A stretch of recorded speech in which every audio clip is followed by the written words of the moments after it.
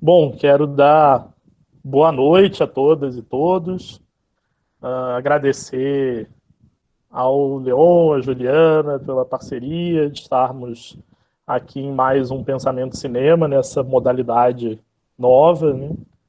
E acho que só para fazer um breve resumo, né, a ideia nossa aqui é conversarmos um pouco sobre episódios da série A Herança da Coruja, ou dependendo da tradução que a pessoa tenha visto, pode ter virado o Legado da Coruja, né? Já que teve essa mudança na legenda, dependendo da fonte do episódio.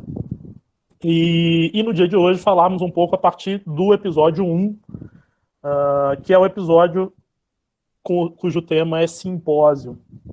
Esse lugar do simpósio, que eu acho que nos conduz não só para o episódio, como ele sedimenta, de certo modo, a forma de lidar com a série como um todo, né? Que ele vai seguir pela série como um todo. E aí, para mim, me chamou muito a atenção como ele já desde o início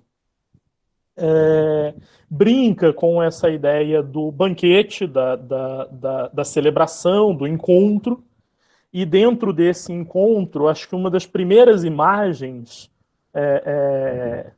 depois de nos mostrar a mesa do banquete, é uma das primeiras imagens, ela apresenta os debatedores brindando e se servindo com as garrafas, como que num convite a que entrássemos nessa discussão. E logo em seguida, ele corta para as imagens das estátuas de gesso da Escola de Belas Artes, numa brincadeira e num movimento de câmera ali que indica algo que ele vai instituir para o resto do episódio, que é uma câmera que lentamente se movimenta numa relação bem fluida, mas que vai percorrendo um espaço maior, em contraponto a uma câmera fixa no foco a personagens individuais. Então, na hora que ele nos mostra as estátuas, você vê a câmera percorrendo o espaço das estátuas, intercalada com alguns focos nos rostos das estátuas e nesses corpos de gesso. E esse movimento ele vai se repetir posteriormente, instituindo para nós, já de início, esses banquetes. Então, ele institui os 4 diferentes banquetes, e eu já vou comentar um pouco sobre esses 4. E após essa instituição, ele intercala um pouco o movimento dessa mesa, desse lugar de mesa, esse lugar de reunião coletivo, com, com as entrevistas individuais. Então você tem movimentos da câmera fixa na entrevista individual, com um foco mais direcionado à pessoa que fala. Em contrapartida, os banquetes, as mesas, onde essa câmera ela vai se movimentando fluidamente pelos personagens. Antes de seguir sobre essa questão dos personagens, sobre os banquetes, algo que me chama muito a atenção é a sequência com a qual eles são instituídos, o local no qual eles são instituídos. Então, a gente começa com a Escola de Belas Artes, onde o próprio texto do documentário brinca com a noção de ser o lugar onde repousam as cópias de gesso em que se amontoa toda a antiguidade. E depois a gente é levado a um restaurante na Geórgia. E a gente é levado a esse restaurante na Geórgia a partir de um comentário do Jean-Pierre Vernant sobre a tradição de se brindar com o vinho e do vinho como condutor das conversas na mesa, e do fato da Geórgia ser um país que mantém a tradição do lugar do chefe de refeição que comanda esses bate-papos, essas conversas, esses, como o próprio Jean-Pierre Vernant vai falar, esses simpósios como os lugares do beber junto, né, do boire ensemble. Então a gente é levado ali de Paris, desse lugar onde se situam os registros imagéticos desses corpos em estátua, para Tbilisi, na Geórgia, onde se situa ali uma tradição, onde se remonta uma tradição do beber junto. E dali somos mandados para uma espécie de banquete num bosque. E, curiosamente, esse banquete num bosque é o único desses lugares que não apresenta a legenda informativa de onde se situa. Então, ele não traz diretamente a informação, mas no andamento desse banquete, no andamento desse terceiro banquete, a gente ouve do próprio Mário Ploratz, que é o debatedor central, que é a figura ali no centro para onde todos olham, de que estamos no lugar onde anteriormente era o coração da Grécia. E um segundo ponto, temos o privilégio de falarmos a mesma língua, apesar das mudanças dessa língua. Então, mesmo para quem não tem um ouvido tão bom, como eu também fiquei na dúvida a princípio em relação a sotaques e idiomas, fica claro ali, ok, ele está falando em grego, ainda que grego moderno, mas ele está falando em grego, e está no lugar onde anteriormente foi o coração da Grécia. Então, chegamos, saímos desse lugar onde repousavam as estátuas, passamos pelo ritual da bebida na Geórgia e entramos no coração, ou seja, nos que seriam os resquícios de onde antes foi o coração da Grécia. E dali, o Chris Marker nos leva para o último lugar de encontro, para o último desses simpósios, desses 4 banquetes, que, curiosamente, vai quase para o outro lado do mundo. Vai para a Califórnia, vai para Berkeley, nos Estados Unidos, mas não vai para qualquer lugar. Vai para um teatro grego em Berkeley.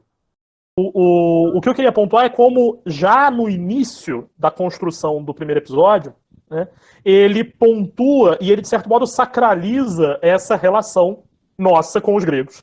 Então ele passa desde o resgate das imagens dos corpos, das estátuas, na Escola de Belas Artes em Paris, pelo resgate da tradição do vinho com a conversa, com o beber juntos na Geórgia, pelo lugar sagrado dessa Grécia antiga e, de certo modo, essa construção nos leva para o ponto, que aí eu acho que dá o andamento sequencial, que é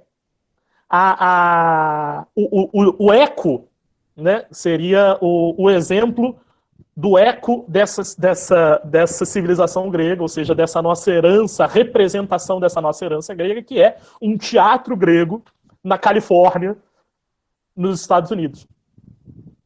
Então, ele faz essa passagem, que nos permite já facilmente compreender o tipo de construção que ele pretende, não só com esse primeiro episódio, mas com o resto da série. E para encerrar essa minha fala aqui, antes que a internet caia de novo, eu queria fazer só uma analogia, brincando um pouco. Eu comentava com vocês que ele constrói esses banquetes e ele intercala esses banquetes onde a câmera está sempre se movimentando, girando em torno das figuras, e ele contrasta com as entrevistas com personagens individuais, focados, parados.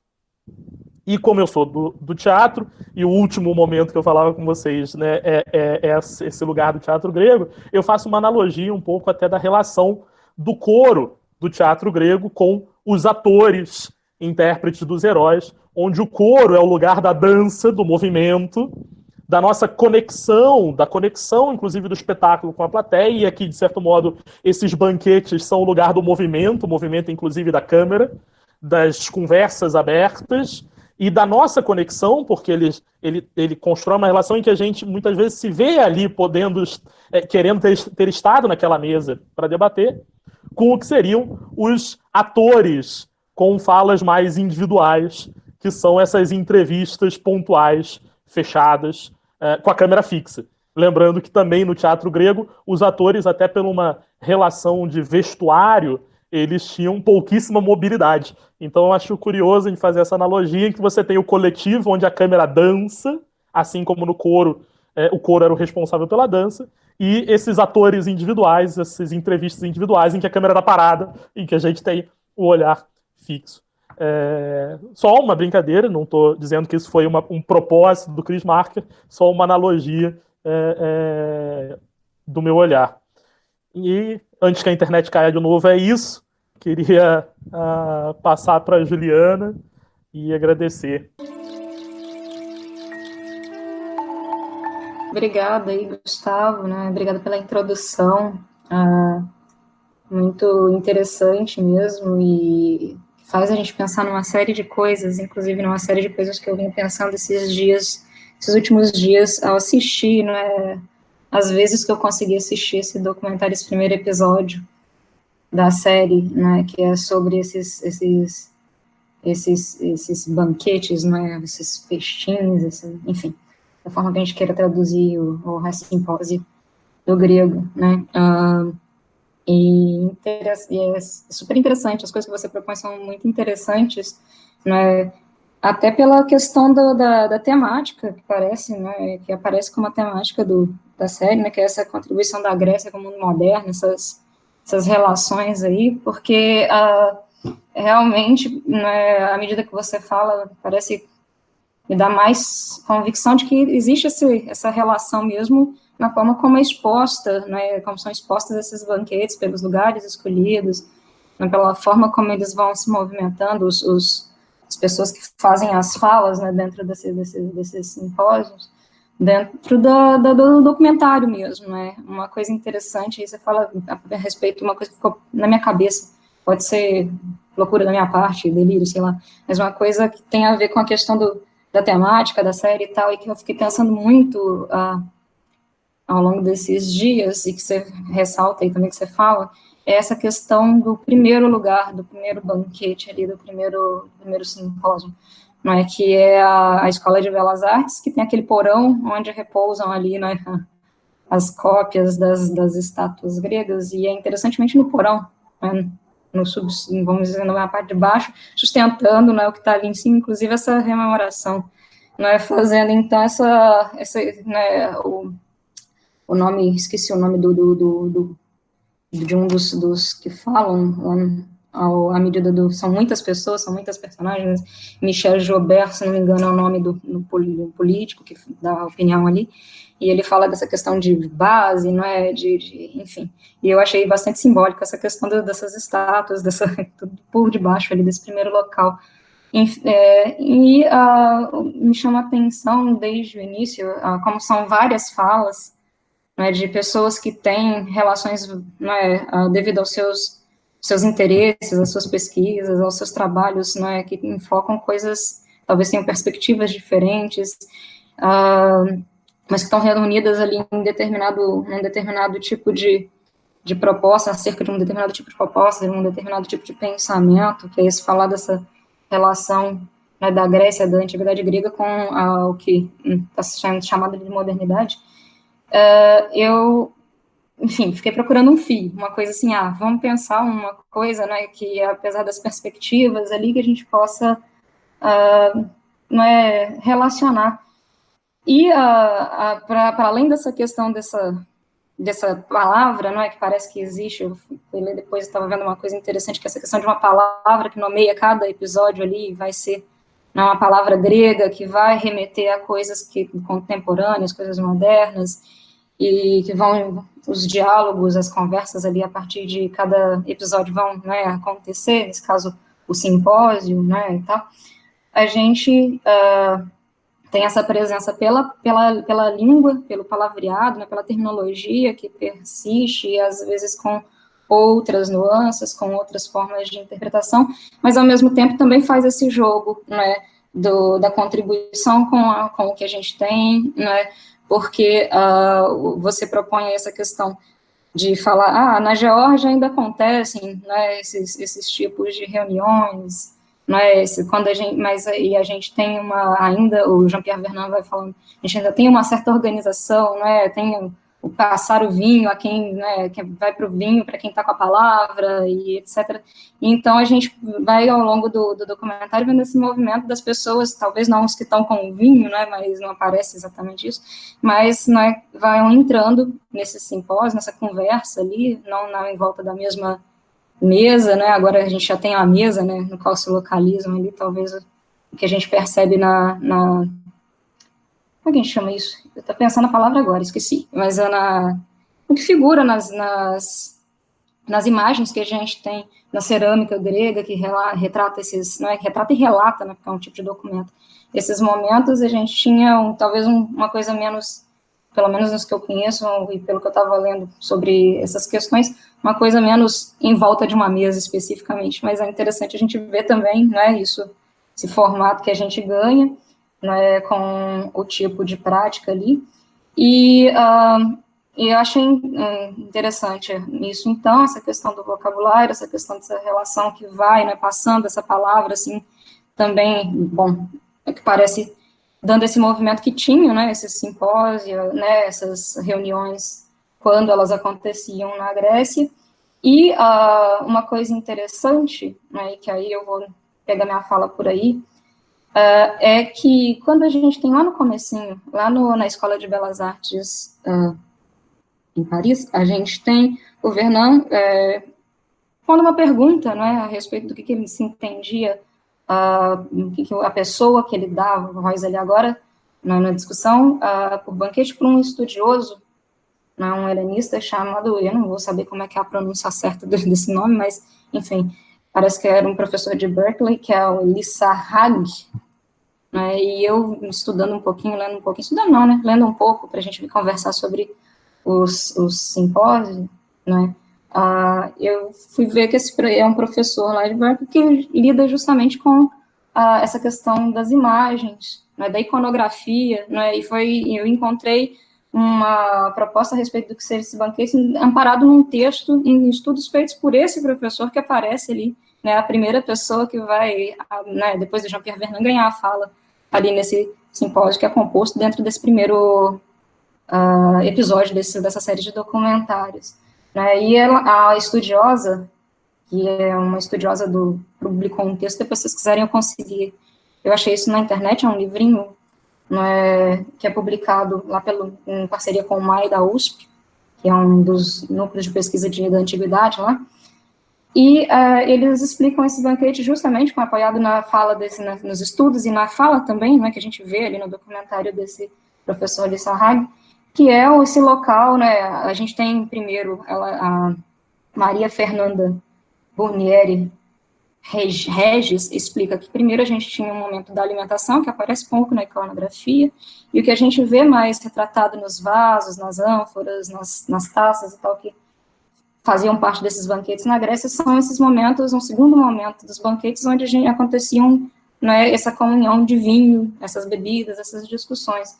E aí ela descreve, em uma das partes lá do texto dela, né, esses banquetes como local de encontro, né, não somente para alimentação, mas um local de encontro, circulação de vinho, do discurso e da poesia e das imagens. Então, né, a gente vê nos estudos aí também, né, se a gente pegar uma antiguidade um pouco mais recente que a do filme, né, as pesquisas das pessoas que aparecem ali fazendo eco em outros estudos aqui no Brasil e tal, e que contribuem ali para a gente pensar esses momentos, essas conversas que aconteciam. E dessa que foi feita com esse primeiro episódio do documentário, eu vou falar rápido, porque eu já me estendi demais, eu falo gaguejo e aí demora para falar, né? Enfim, é uma coisa interessante que eu fui tentando captar ao longo das falas, embora cada uma tenha sua perspectiva, né? E esse fio que me conduziu aí no que eu achei bastante interessante, entre várias coisas que me surgiram à medida que eu fui fui vendo esse filme, porque tem várias referências que são interessantes para a gente buscar, foi a partir de uma fala, né, quando a gente passa para aquela mesa em Berkeley, né, de uma moça, uma das poucas moças que fala, né, nesse documentário, nesse primeiro episódio, que é uma moça chamada Nancy Laughlin. Eu não consegui muitas referências a respeito dos estudos dela e tal, mas ela faz uma pergunta, assim, eles levantam questões ali nesse momento dessa comunhão, desse compartilhamento deles ali em volta daquela mesa lá no Teatro Grego, na Califórnia, e ela pergunta uma coisa que me chamou bastante atenção, porque fazia referência à literatura grega como um todo, e era, né, ela perguntou o que que a literatura grega, se a literatura grega, né, se o contato da gente com a literatura grega faz da gente pessoas melhores, né. Rapidamente ela tem uma resposta de um dos interlocutores ali, né, que, se não me engano, é Michael Nagler, o nome dele, que ele fala, não me faz melhor, eu não sou uma pessoa melhor, não por esse contato. E isso me chama muita atenção, porque o que que a gente ganha, né, se a gente está pensando nessa relação, essa heritage, essa herança, ou esse legado, né, da antiguidade grega, né, para os tempos de quando foi feito o documentário para nós ainda, que nós não estamos tão distantes daquilo ali, é a gente pensar justamente, o que me chamou muita atenção na discussão, que vem após essa pergunta dessa pessoa, dessa senhora, dessa Nancy Laughlin ali, que é a gente pensar essa convite, que o que a gente tem documentado, seja em textos, seja em outras formas de texto que não são escritas exatamente como na cerâmica, que eu mencionei ainda há pouco, que pode ser uma forma de documentação, que traz dados super interessantes para a gente, a respeito mesmo desses simpósios, da agressividade como um todo, é a gente refletir, a gente questionar. Não importa se a parte dos gregos, ou sobre, talvez eles tenham trazido para a gente isso como uma herança, ou não quero dizer que os outros povos não fizeram isso antes, ou não fizeram simultaneamente, mas a gente, à medida que a gente tem contato, ainda com textos, com literaturas, talvez a gente se dê conta, e uma fala do Castoriadis me chama bastante atenção para isso, já mais para o final do episódio, que me lembra muito Nietzsche, inclusive na leitura que o Nietzsche faz sobre os filósofos gregos, o pensamento grego, que os gregos não são exatamente aquelas pessoas iluminadas, da medida, aquelas pessoas que estão sempre ali com equilíbrio, ao contrário, talvez eles sejam o povo do Agon, e isso é falado mais de uma vez dentro do documentário, dentro daquele episódio, o que talvez tenha para a gente ali é justamente essa inquietude que vem com essa herança também, e que mostra para a gente essas discussões, que remete bastante a essas discussões, a esses espaços de fala, como o simpósio, que dá para a gente essa possibilidade de se manifestar, de propor perspectivas diferentes, mas devido a certos pensamentos, essas reflexões, certos questionamentos que a gente faz a partir de coisas que ainda, esse contato que a gente tem com os gregos nos remetem, que põe a gente ainda em questão, pensando nas leituras a respeito de Sócrates do Pierre Hadot, esse pôr-se em questão, o Gustavo falou uma coisa interessante, que é essa questão, ele falou, não sei se isso é proposital dentro do documentário, que é essa câmera fixa que apresenta os indivíduos ali, e até na fala do meu Deus, esqueci, ainda bem que eu tenho cola, que eu esqueço o nome das pessoas, eu tenho as colas para mim na mão, do George Steiner, que ele fala dessa questão o Castoriadis também fala, dessa questão da relação do indivíduo e da coletividade, tantas coisas que foram feitas na Grécia, que a gente ainda tem esse questionamento devido a na fala do Castoriadis, isso é interessante, talvez essa perda, essa diluição mesmo do indivíduo dentro da coletividade, e isso talvez traga toda essa inquietação da qual eu falo,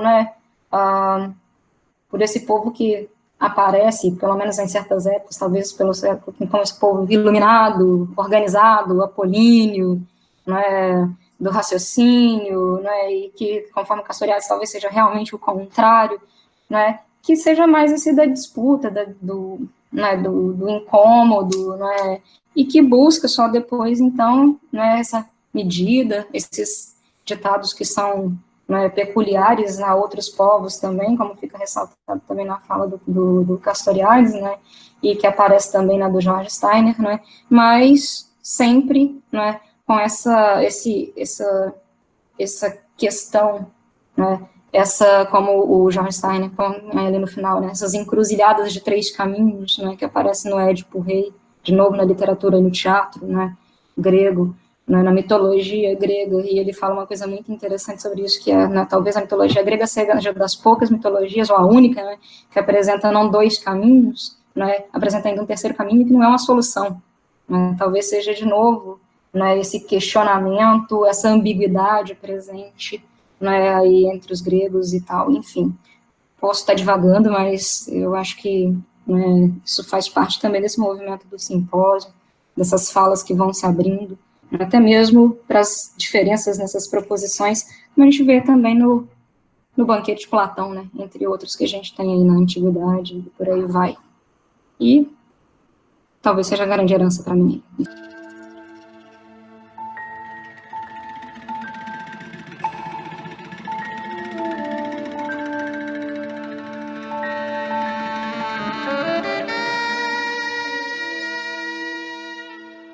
Retomar esse pensamento de cinema e justamente pensar essa relação, né, de novo, entre ideias e imagens, né? Acho que está bem presente em tudo que vocês falaram até agora e também o que o filme fala. Vou tentar ser bem breve, né, para a gente poder passar logo a palavra a todos e a gente conversar mais politicamente, né, mais na polis virtual. Eu queria, talvez, mencionar 2 pontos. Não são pontos que não foram mencionados até agora, né? Acho que esse episódio, como todos os outros dessa série, tem muita riqueza, né? E a gente pode pensar aqui e ali várias coisas que podem ser bastante interessantes. Eu queria começar pensando a maneira como o Chris Marker, que é o diretor do documentário, começa essa série, né? Ele começa apresentando o que ele está fazendo. O que é essa série? Né? Uma série de televisão, ou seja, isso aparece na televisão, e ele diz, trata-se de um documentário cultural, né? É um documentário cultural. É uma definição que ele dá, um documentário a respeito da cultura. O que tem a cultura como linha de fuga, né? Não tanto como um objeto, mas como uma linha de fuga. Mas ele fala, né, também, filosoficamente, ele vai refletir, né? Ele já é um documentarista reflexivo, já é um documentarista que pensa o que ele está fazendo, e com isso, né, com essa reflexão, ele já está a um passo da filosofia, se já não está plenamente na filosofia, mesmo fazendo documentário, né? Que, para mim, mostra, de novo, essa relação, né, íntima que há entre ideia e imagem, que, de modo algum, se apartam, né? São exclusivas, onde a ideia não é a imagem, ou o contrário.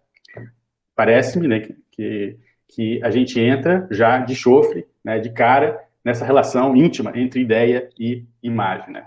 A Juliana bem sabe que a palavra ideia vem de ideo, que tem uma relação com ver, né? Quer dizer, ver, eu vejo. Quer dizer, todas as palavras que fazem relação à reflexão, ao pensamento, a ideias, vêm da visão. É como uma analogia ou uma metáfora, né, da visão.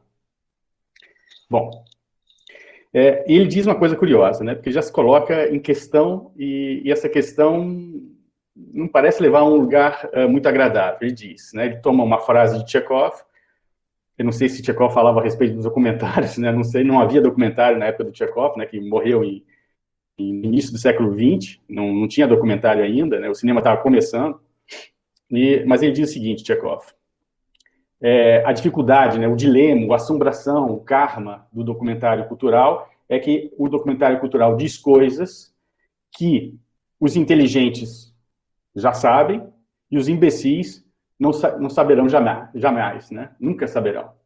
Então, é curioso, né? Quer dizer, o que a gente está fazendo aqui com um documentário cultural na televisão, se as pessoas que sabem das coisas já sabem dessas coisas que vão ser ditas, e aquelas que não sabem, os imbecis que assistem televisão, não vão saber nunca, né? É uma coisa curiosa, né?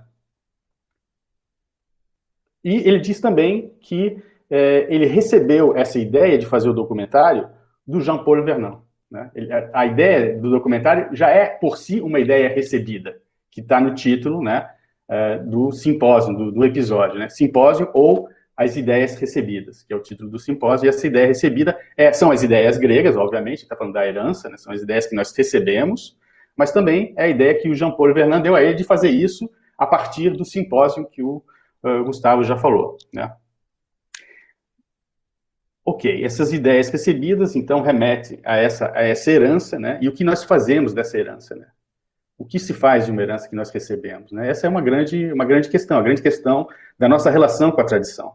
E, na base de todas as tradições, né, da cultura ocidental, e para nós, brasileiros, né, isso é uma questão especial, porque nós temos outras bases também, né, outras fontes arcaicas de cultura, né, não apenas o grego, mas o que fazemos com ela, com essa herança? Né?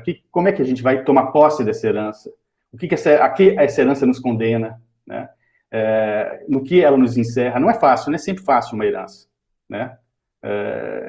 Ter um legado, né, como esse grego é um peso que a gente tem que carregar, e muitas vezes, né, a gente gostaria de se livrar dele. O que é ele realmente a gente não sabe. Né? Inclusive, há muita idealização, isso é comentado no episódio, né? Muita idealização do grego, né?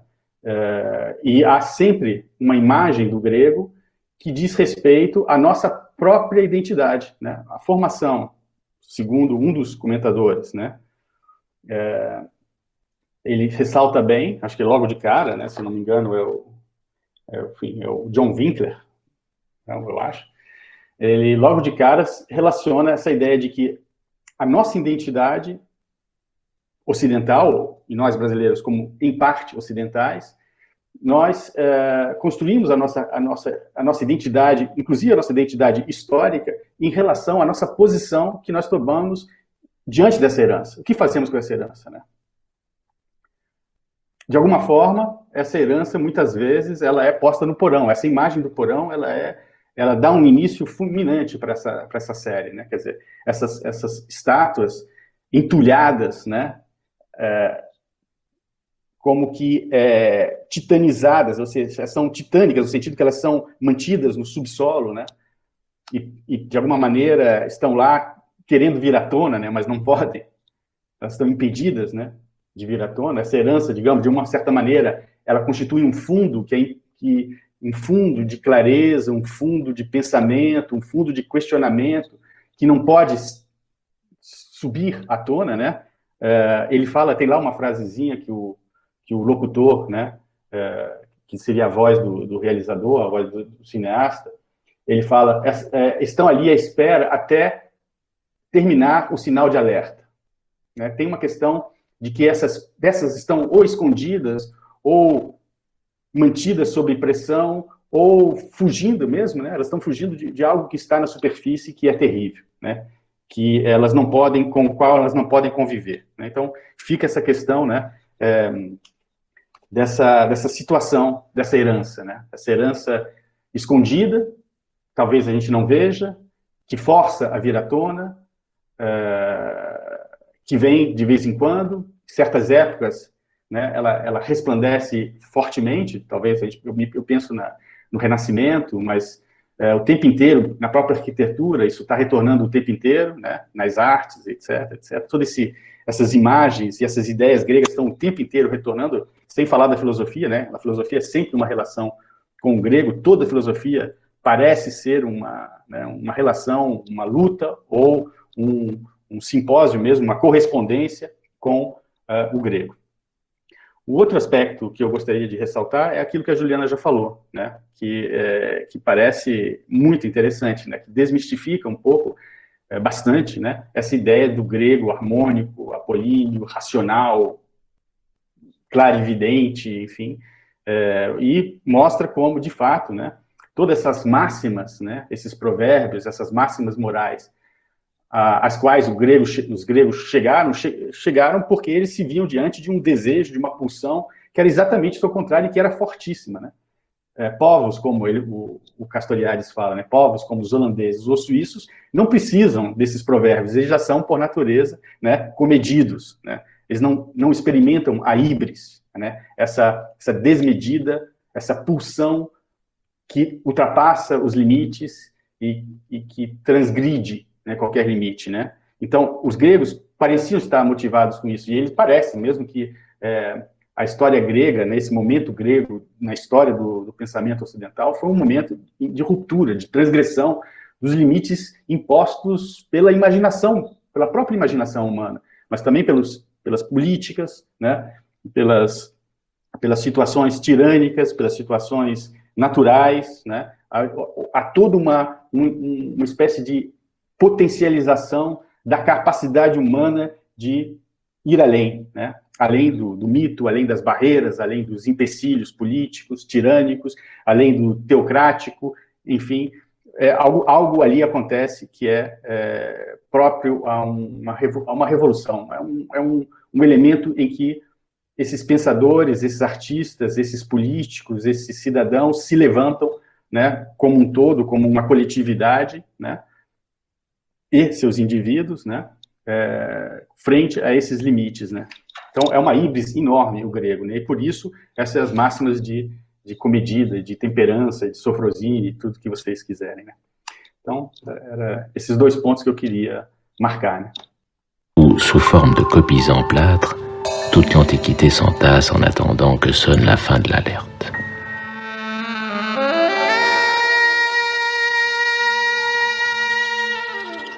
Então vamos lá, vamos por inscrições aqui. Antônio e Eduardo, em seguida. Ah, tá. Quem pode ser eu? Foi. Pelo menos para mim aqui apareceu você primeiro, então Eduardo okay. Em seguida.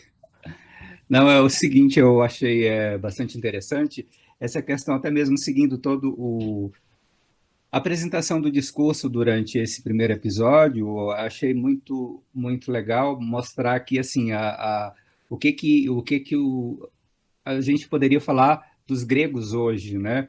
E é justamente, eu tenho pensado muito dentro do campo de estudo do meu mestrado agora, que eu estou fazendo filosofia da psicanálise.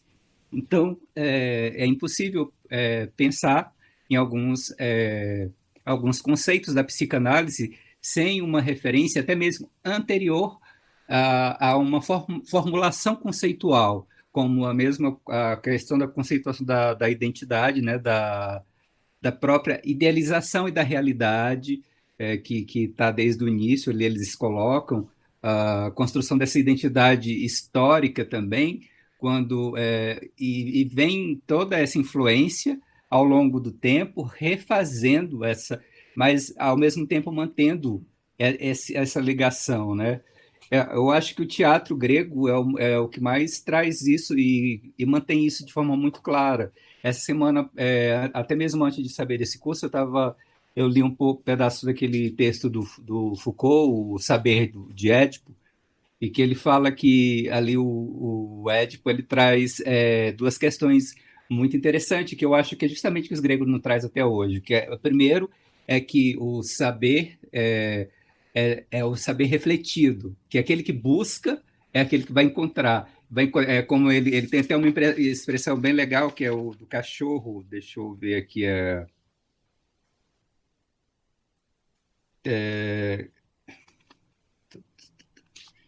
é como se o cachorro estivesse correndo atrás dele mesmo, né? Agora eu não consigo localizar aqui bem rápido, mas é logo no início do texto. E a segunda característica é que é um conjunto, é um confronto de saberes, né? Que são saberes muito distintos. E aí entra na questão de que não são saberes definidos, que abre justamente essa linha para um pensamento que Freud se aproveita muito, muito bem, ele consegue perceber e ver a riqueza disso, e elaborar e confirmar alguns conceitos que até já vinham sendo elaborados, né, ao longo do tempo, como a questão do inconsciente, que seria aquele terceiro caminho, que é o caminho do desconhecido. E essa questão, e antes mesmo dessa ideia de inconsciente, de sujeito, de alma, os gregos já pensavam, como aquela garota traz também, eu acho que a professora Juliana falou o nome dela, a ideia do conhecer a si mesmo. Então, assim, nós ainda estamos totalmente gregos. Eu achei muito bom. Boa noite, ouvido aí? Obrigado. Primeiro, agradecer, né, a oportunidade de estar com vocês aqui, os colegas, ouvindo o Fernando e você também, o professor Leon, Gustavo, Diana. E essa discussão que a Juliana trouxe foi muito interessante, que depois que ela trouxe, a gente vai rever o texto e percebe os gregos por baixo do porão como suporte, né? como o que segura. Às vezes ali, lendo o texto, você percebe depois, realmente, é como um suporte. Achei muito interessante essa, né, a partir daí que a Juliana trouxe esse elemento, a gente percebe que realmente é assim, né? Acho que os clássicos, ou mesmo a filosofia grega, os gregos ali, e depois o Gustavo trouxe o elemento, ele viaja, mas ele vai para um como se diz, um teatro moderno, né, um teatro dentro da cidade moderna, dentro dos Estados Unidos, mas é um teatro, né, quer dizer, mesmo assim, a ideia é grega, né, acho que são elementos que o próprio texto, nesse momento, faz. E dentro daquilo que falava assim, acho que como elementos, né, a falar, alguém serve o vinho e fala, é como nós estamos fazendo aqui, né, não estamos servindo vinho, né, poderíamos até estar tomando vinho, mas não estamos servindo vinho, mas estamos organizando aí a água, pelo menos, né. E aí é um pouco nesse sentido, acho que realmente a organização é uma ideia. E quando respeitar a ideia também, acho que mesmo que os gregos ou os modernos também falam, mas há um respeito à cultura. Eles estão no subsolo, ou seja, no porão, mas eles estão lá, segurando e são firmes. Obrigado pela participação. Uma observação sobre o vinhozinho, né? Eu estava lendo hoje, depois que a gente lê, estuda e depois a gente esquece, o vinho no simpósio, né, eles eram diluídos em água, até por uma questão de civilização, como é proposto lá no documentário, né, para manter a medida, né, até certo ponto. É claro que chega uma hora que o troço extrapola, que eles vão para a rua, né, saem da casa, né, em alguns... Aí nessa hora vira teatro. Dionísio vira teatro. Ao longo daquele segundo, como eu falei, que parece um segundo momento, primeiro tem a janta, que não tem nem tanta retratação, depois vem a bebida, a discussão, né, que seria, ali é o vinho diluído, viu, tudo com nada, né, tudo com medida, voltando lá nos ditos, lá nas procuras, pelo menos dos gregos. Eu tô brincando aqui, eu brinquei sobre essa questão do teatro, mas é curioso que a gente está vendo toda essa discussão de talvez os gregos não fossem tão apolíneos assim. Mas, curiosamente, há muita gente que discute no teatro que a estrutura e seriedade com a qual o teatro grego se desenvolveu levou ele a um lugar que talvez seja muito mais apolíneo que dionisíaco em determinado momento. Então é curioso a gente pensar que aí seria até o inverso, né? Quer dizer, o teatro como um lugar de estruturação desse pensamento grego. Mas eu queria comentar, Juliana, você falou e o Leão comentou também, né, dessas estátuas no porão. Eu acho que essa imagem é muito boa, porque elas são, ao mesmo tempo, o que sustenta esse simpósio, mas também aquilo que está enterrado. E quando o Leão falou de estar entulhado, né, soterrado, eles falam lá, né, que você falou da frase lá, Leão, eu tinha anotado até também, que são cópias de gesso onde se amontoa toda a antiguidade, esperando até o despertar da sirene, né, do alerta. E o John Winkler tem uma fala que eu acho que é muito boa nesse sentido também, que é a de que tentar entender os gregos é como tentar determinar o que está debaixo de uma face coberta por diversas camadas de maquiagem. Ou seja, está tão soterrado lá embaixo que a gente já não sabe exatamente quantas camadas a gente ainda teria de desvendar para poder chegar no lugar. Só para complementar aqui aquela questão que eu estava lembrando aqui do texto do Foucault, e eu acho bem interessante que no último parágrafo aqui, eu só vou dar uma lida aqui, ele fala o seguinte: pensamos o saber em termos de consciência, foi por isso que negativamos Édipo e sua fábula, né? E eu acho que é justamente aí que está justamente essa questão que entra do terceiro caminho que leva ao desconhecido.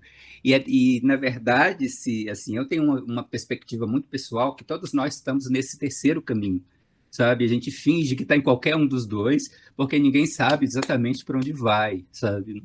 Não dá para saber. Então, assim, isso acho que é um grande legado para a gente, sabe?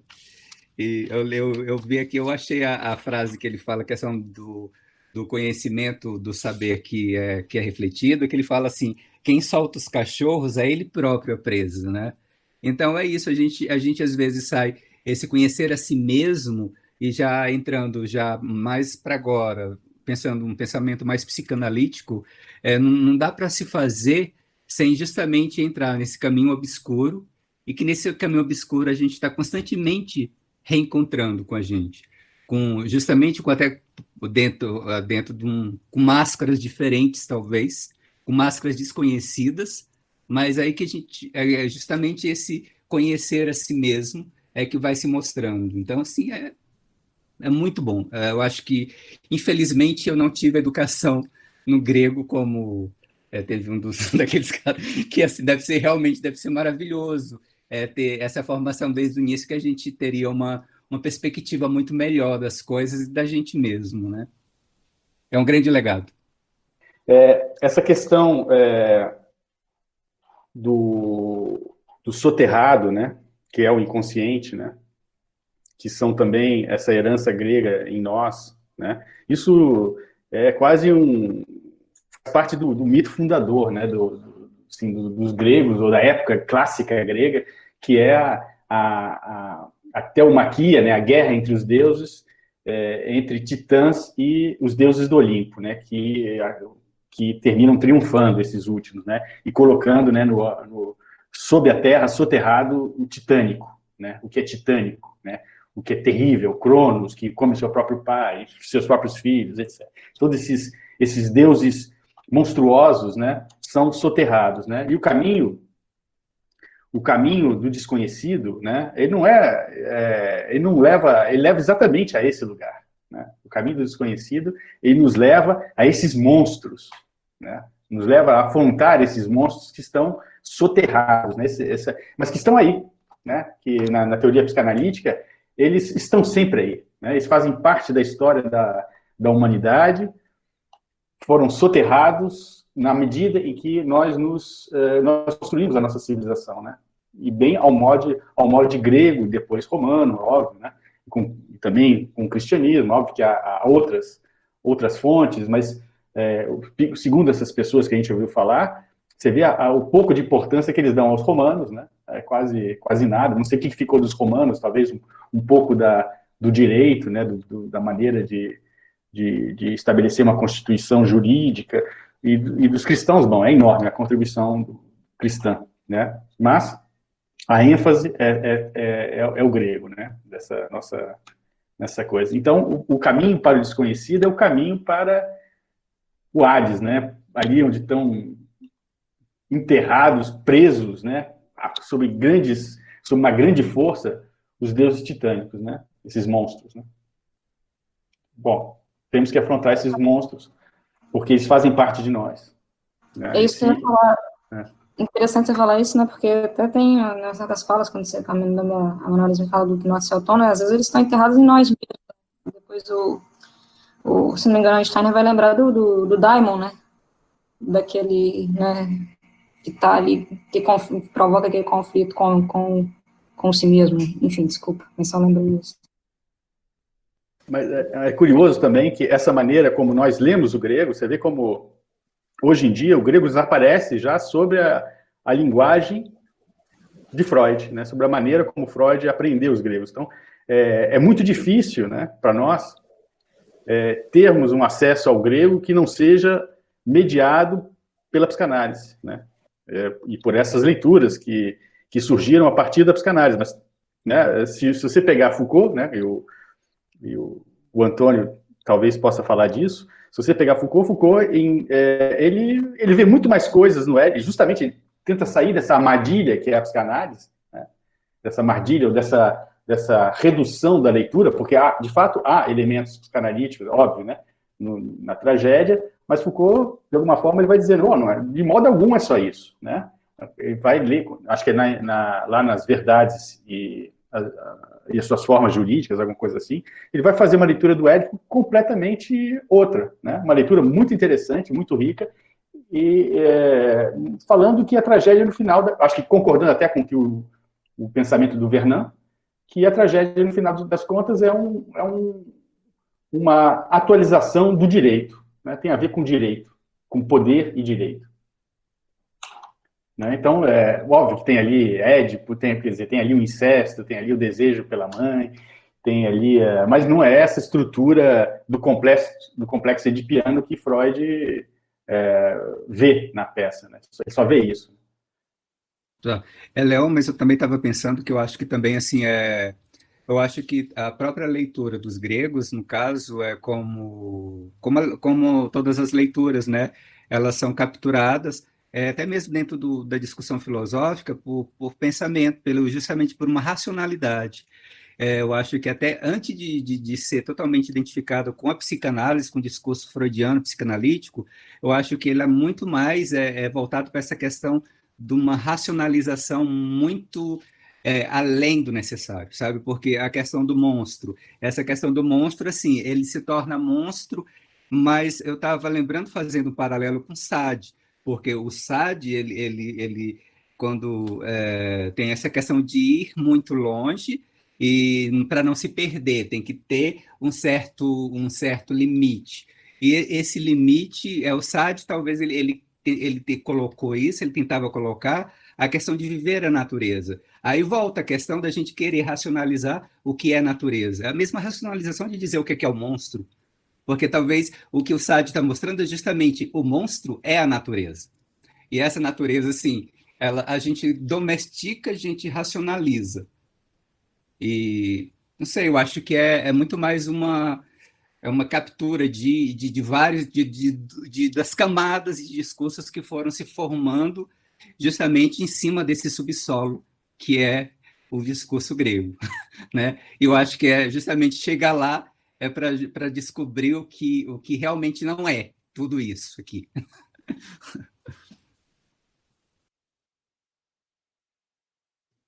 Você tem sempre essa tentativa, né?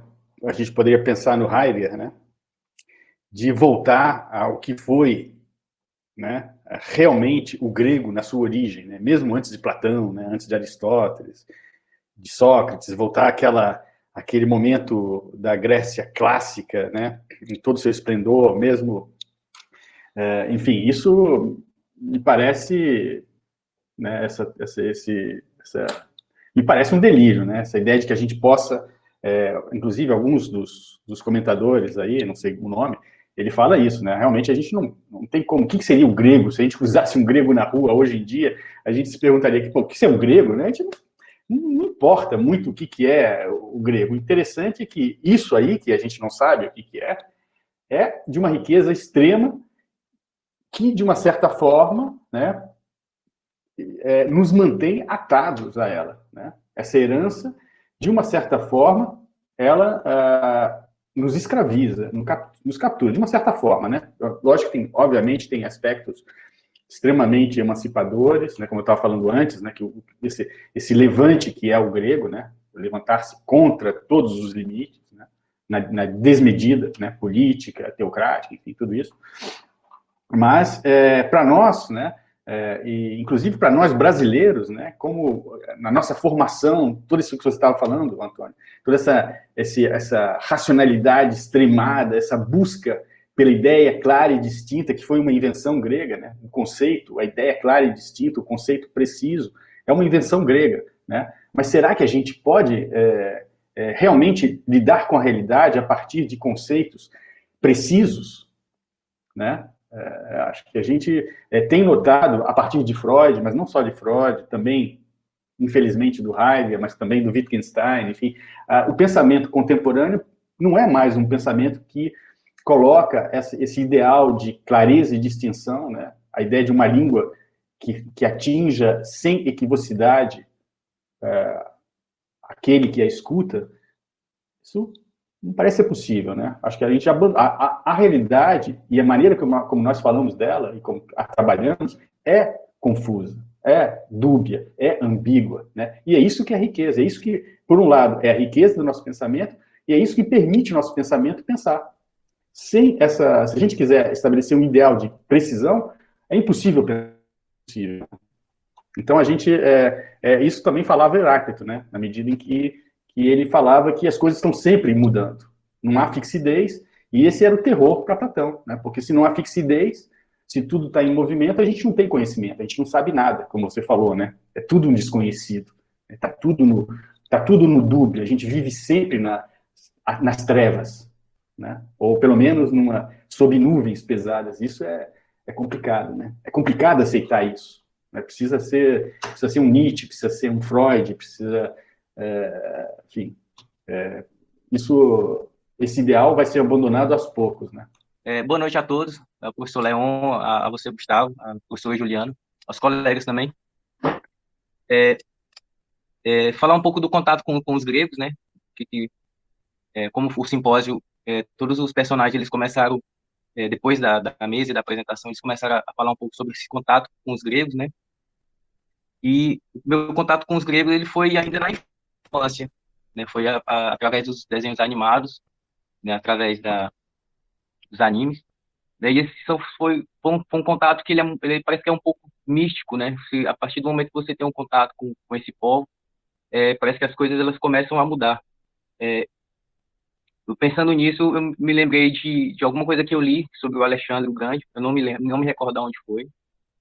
Quando ele conquistava os povos chamados bárbaros, né, os não os gregos, ele aceitava que esses povos eles deveriam ou continuassem com as suas religiões, com seus deuses, mas que esses povos eles tivessem contato com a língua grega, né? Então eles começavam a ensinar essas crianças a ter esse contato com o grego.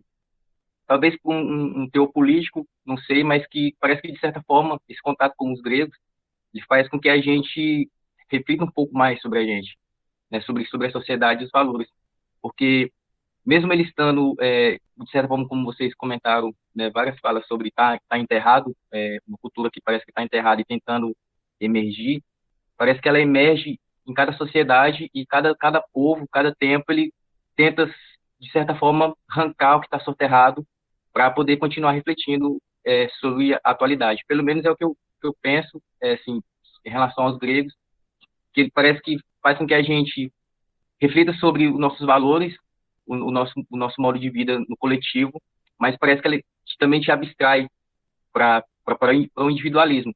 Isso pode ser pro bem ou pro mal, mas parece que ela como se ela te desse socos, né? Uma cultura que ela te arranca alguma coisa. Porque a partir do momento que eu comecei a estudar mais o grego, mais me aprofundar assim em relação aos estudos dos gregos, eu realmente tinha essa imagem muito mística dos gregos, né? Aquela coisa muito ideal. Até como a professora Juliana falou, o professor Leão também, aquela coisa muito ideal, muito do belo, muito da boa medida, e parece que agora a gente está vendo, pelo menos eu particularmente estou vendo, que não era aquela coisa tão bonita como parecia, né? É um povo que tinha escravo, um povo que as mulheres eram tratadas praticamente como mercadoria, né? Um povo onde só quem fazia filosofia era elite. Então toda aquela magia, todo aquele símbolo bonito que eu havia criado na infância, ele está sendo meio que desmistificado, por bem ou por mal. Mas aqui parece que é uma filosofia, um modo, né, uma cultura, na verdade, que ela está sempre todo te deixando suspenso sobre uma linha tênue, né? Então ela não te coloca numa posição fixa, ela está o tempo todo te colocando para um lado e para o outro. Bom, acho que era isso que eu tinha para falar. Oderlane, só uma curiosidade, né? Quando você fala essa coisa bela, eu não lembro, já tem algum tempo que eu vi algumas imagens, que era um estudo em que eles usaram luz ultravioleta para tentar reconstituir as cores das estátuas gregas, e a gente fica tão acostumado a essa imagem clássica da estátua branca, né, do mar, e era um troço tão cafona, porque eram umas cores muito, muito vivas, até bem vibrantes, e aí é engraçado a gente pensar que ficamos com essa imagem da Grécia, das estátuas gregas de gesso, brancas, quando na verdade elas eram hipercoloridas, talvez até muito, muito coloridas demais para o nosso gosto, inclusive. Da Grécia, na época que eu estava estudando sobre teatro japonês no mestrado, eu acabei lendo, a gente falava do terceiro caminho, e havia, isso era século XVII, XVI, XVII no Japão, ficou até bastante famosa a ideia dos romances e das escritas sobre o suicídio amoroso, o duplo suicídio amoroso, que era uma espécie de terceiro caminho entre o dever e a individualidade, a vontade do indivíduo. Quer dizer, numa sociedade muito coletivizada, em que a noção do dever era muito instituída, quando o casal não podia se unir, porque a união iria contra os seus deveres com as suas famílias, as suas as suas heranças, a solução, ou seja, o terceiro caminho que se instituía era o duplo suicídio amoroso. Era se matar para estar junto no desconhecido, no futuro da espiritualidade. Então é só essa curiosidade. Também não era um terceiro caminho muito bom, digamos assim. Mas o que é interessante, Gustavo, é que você... eu não quero estender mais essas conversas, mas é porque dá uma ideia também de que, ao contrário, justamente fugindo da própria racionalidade criada pelos gregos, uma visão, um estabelecimento de uma bipolaridade, ao mesmo tempo mostra que não é isso, né? O teatro, ou no próprio o teatro grego, ou mesmo o teatro de uma forma, vem mostrar justamente que não é isso. Ana, se ainda quiser dar alguma última palavra, acho que a gente pode começar a se despedir por aqui. Não, só agradecer mesmo aí a oportunidade, não é? A oportunidade de reflexão, né? Obrigada a vocês e obrigada aí pelo simpósio. Bom, obrigado a todo mundo. Obrigado. Valeu, Eduardo. Enfim, obrigado a todo mundo aí também. Obrigado, Juliana, por fazer parte aí do nosso curso e todos vocês. Gustavo, como sempre. É isso. Valeu, gente. Obrigado. Então, semana que vem. Isso aí. Tchau. Um abraço.